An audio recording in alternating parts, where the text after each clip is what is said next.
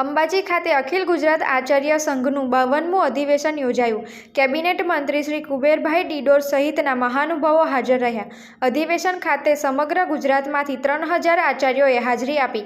તારીખ 15 થી 17 ડિસેમ્બર 3 દિવસ સુધી ચાલશે અધિવેશન.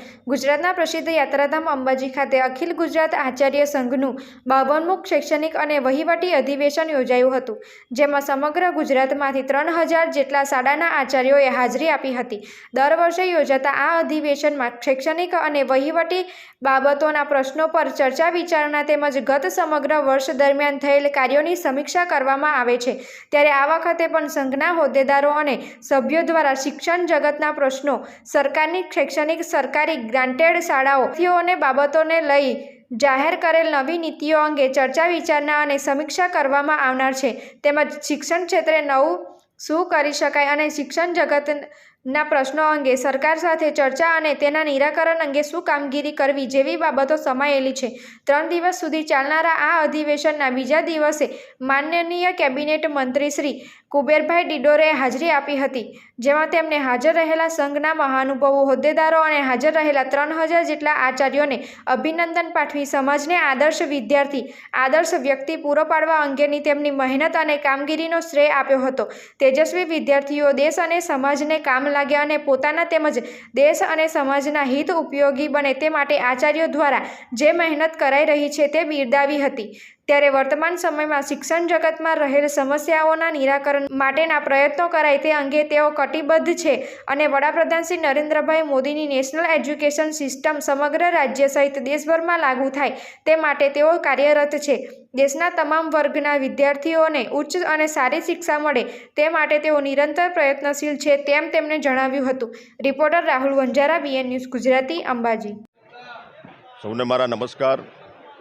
આ સતત અમારું જે ગુજરાત રાજ્ય આચાર્ય સંઘનું આજે 52મું અધિવેશન આજે અહીંયા અંબાજી જગતજનનીમાં અંબાના ચરણોમાં આજે મળ્યું છે. દર વર્ષે મળે છે અને રૂટીન આ જે એક કાર્યક્રમ હોય છે અને એમાં જે અમારું શૈક્ષણિક અને વહીવટી અધિવેશન એમાં ચર્ચા વિચારણાઓ થતી હોય છે. વર્ષ દરમિયાન આ કાર્યક્રમો જે થયેલા હોય, સારા કામો થયા હોય એનું ચિંતન મનન બધા સંઘના હોદ્દેદારો બધા મળીને કરતા હોય છે.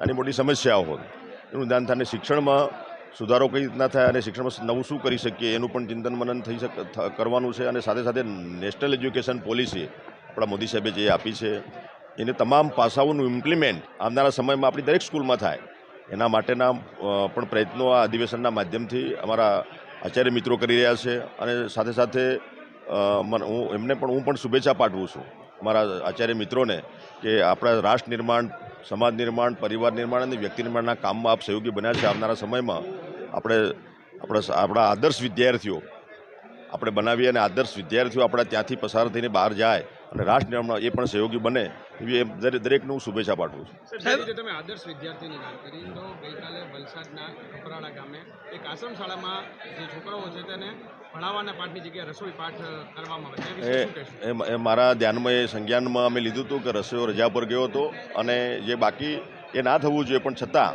આ સમૂહ જીવનનો એક પાઠ છે.